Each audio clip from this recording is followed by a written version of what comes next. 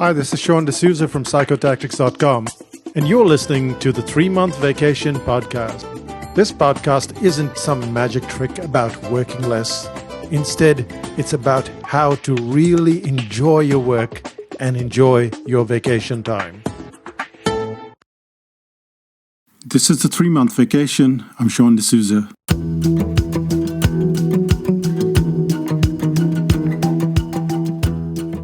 We've been podcasting since around November of 2014. And one of the things that I never seem to cover is anything to do with podcasts.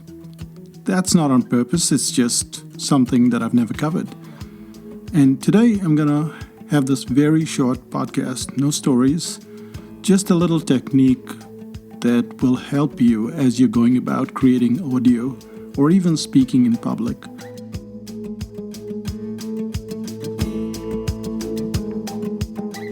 There are a few things that we do when we're recording podcasts that are very frustrating. The first thing that we do is we cannot help it, and we go, and these ums and ahs seem to infiltrate our speech, whether it's in a podcast or in an interview or just presenting to your client. On podcasts, you also get the sound of spit. Yes, moisture in your mouth. So it sounds like that. And it's very frustrating for you. And after a while, even listeners start to tune in to that spit kind of sound. So how do we get rid of that? And finally, the third thing about the podcast is just this variation in your voice.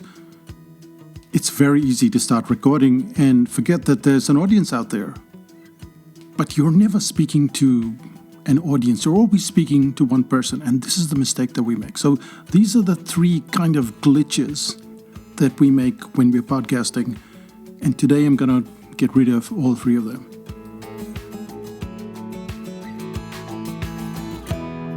Let's start off with getting rid of all the ums and the ahs that we have when we are podcasting or speaking to anyone at all.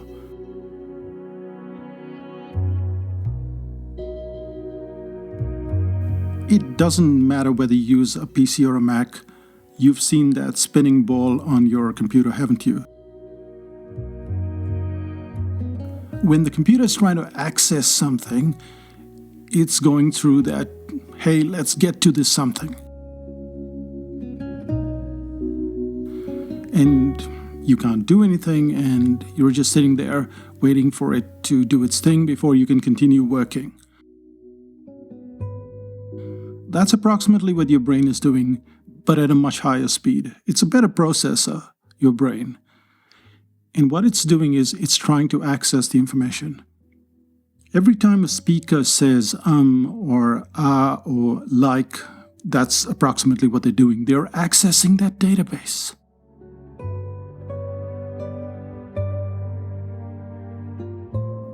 And how do you stop it? Because at all points in time, especially if you're not reading off the screen, like right now, I'm not reading off the screen. So my brain has to work out what I'm going to say next. And yet there are no ums or likes or ahs coming out. And the reason is I'm pausing. So I could say, what we need to do next is, or I could say, so, what we need to do next is, and it's a little break. You're noticing it now because I'm bringing it to your attention, but that's all I do. Whenever I'm making a presentation, whether it's on stage or it's a webinar or any kind of recording, I'm conscious about the ums and the pauses, and all I do is stop speaking. Just let your brain access the information it needs and let a natural pause come in.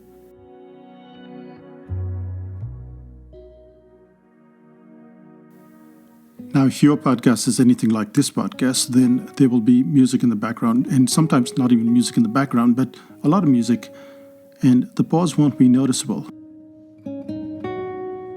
If you're speaking in public, it's critical to get rid of the ums. If you're doing a recording like this, it's a nuisance to remove all the ums.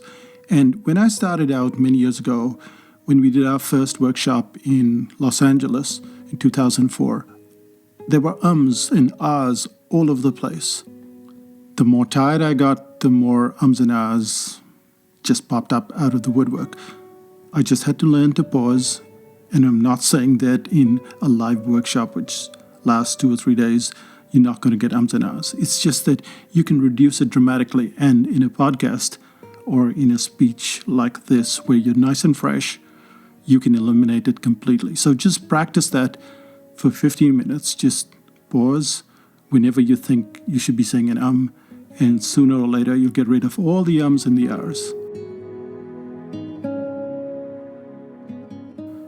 And if 1 or 2 creep in, well, that's easy to edit.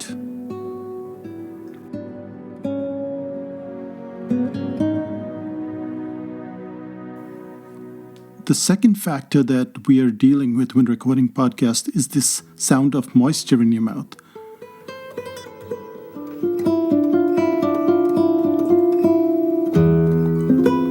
Whenever you sit down to do an interview, often you'll find that the person on the other end of the line will say, "Hey, wait, I'm going to get a glass of water."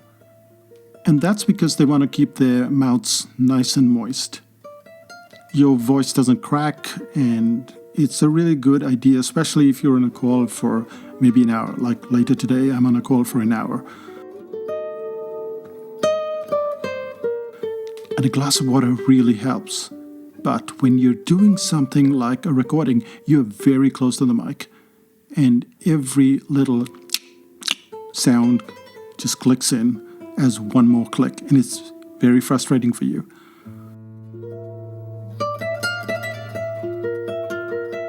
So what I tend to do is I record in short bursts, and I'll keep my mouth very dry.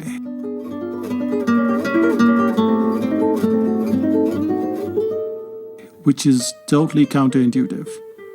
I'll keep it extremely dry, try to suck out all the moisture, and then I'll record in short bursts.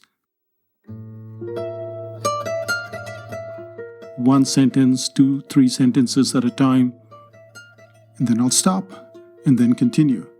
And it's funny, but if you concentrate on it, you will find that the moisture doesn't enter your mouth at all. You can go for several sentences, as I'm doing right now. I haven't really stopped, even though you don't know.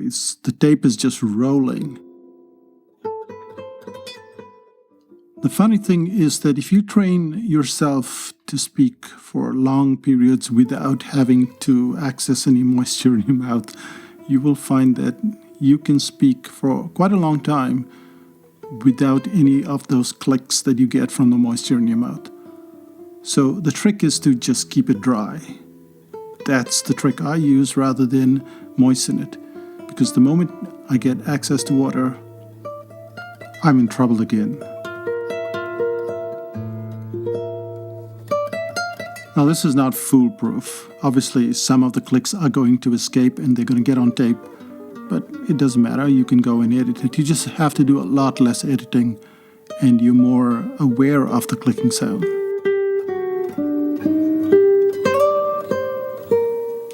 Now it's not like you can't use software, because software will get rid of all the clicks and it will get rid of a lot of the hassles that you have with recording. But in the absence of the software or knowing what to do with the software, this is a good start.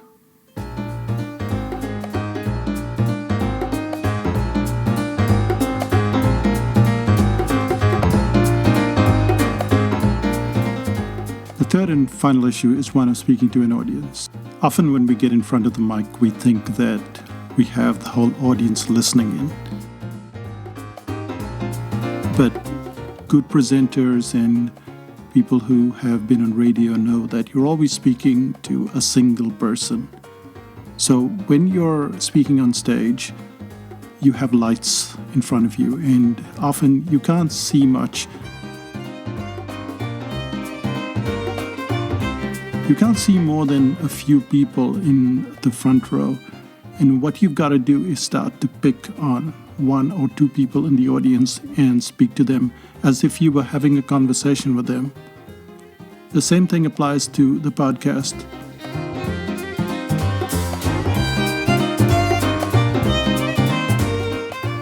When you start to speak as if you're speaking to an audience, it becomes less of a discussion, a conversation. Think of it more as someone sitting in the same room with you or at a cafe, and always use the word you. The second thing that we forget is that we have to change our tone, our pitch, our speed. And if you listen to this podcast, you will notice that I will suddenly speak quickly and then really slow down. In real life, we have variations. We speak quickly or slowly. We get all excited and go louder and then go really quiet.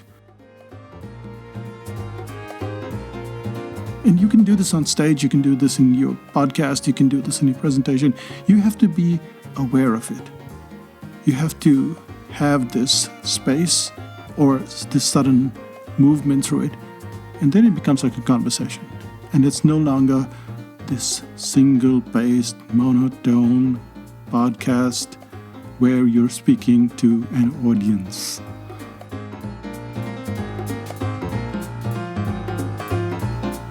One last tip. When you're recording audio, you want to smile. So when I announce this is the 3-month vacation, I'm smiling. And you can feel that smile. You can't see me, but you can feel that smile. So smiling when you're speaking, not all the time, just some of the time, the audience figures it out. And I don't know how. So that's pretty much it for this podcast. 3 things that we covered. Let's do a quick summary. The first thing that we did was the ums and ahs, and it's very simple to get rid of the ums and ahs. All you have to do is pause. It sounds like a crazy long pause, but it doesn't matter, just pause. The second thing is this moisture in your mouth, which causes all these clicks. The way to do that is not to have water around, or at least to keep speaking. Don't worry about your mouth getting dry. And if you get some clicks in, you can go and edit them later. Anyway, the clicks seem to come just before you start speaking or just after. So start speaking, leave a little gap, and then continue speaking, and you'll be able to edit out those clicks quite easily. And finally, remember, you're not speaking to an audience. You're always speaking to one person, maybe 2 people. You're always using the word you. And it's a good idea to vary your tone. And when you press the pause button more often, the tone changes automatically, because when you come back again, your tone has changed just a little bit. Because all of my recordings are done without a script, I have to hit the pause a lot of times. And that's why you'll find the tone shifting a lot. But I'm also conscious of the fact that sometimes I'm slowing down and sometimes I'm going really fast. And sometimes you go softer, and sometimes you get more excited and you go a little louder. And all of that creates for this variation that you find in normal, everyday speech. And that makes it so much better to listen to a podcast. So there you go. Finally, some tips on podcasting.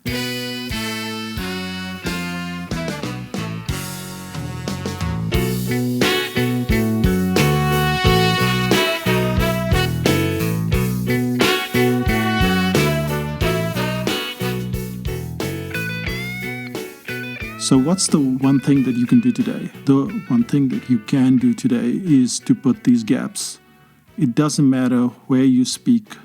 You're going to have the ums and ahs come in, because that's how we access the database in our brain. And if you just put in these pauses, just like I'm doing right now, and train yourself to do it, you will find fewer ums and ahs on a regular basis. Another trick is to make sure that you have examples.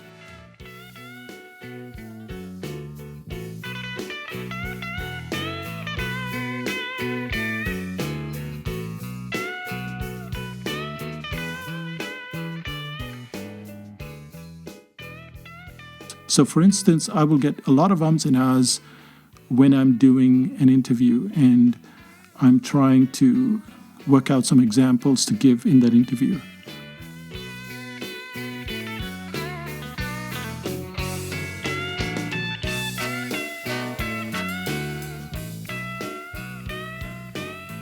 So if I'm talking about the brain audit, I need to have examples of the problem and of the solution.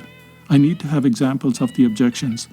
Because when the person asks me about the problem or the solution, my brain is trying to access the examples and then I go and ah. So that's another way to avoid it when you're in a live call, when you're in a live interview, to have the examples prepared in advance.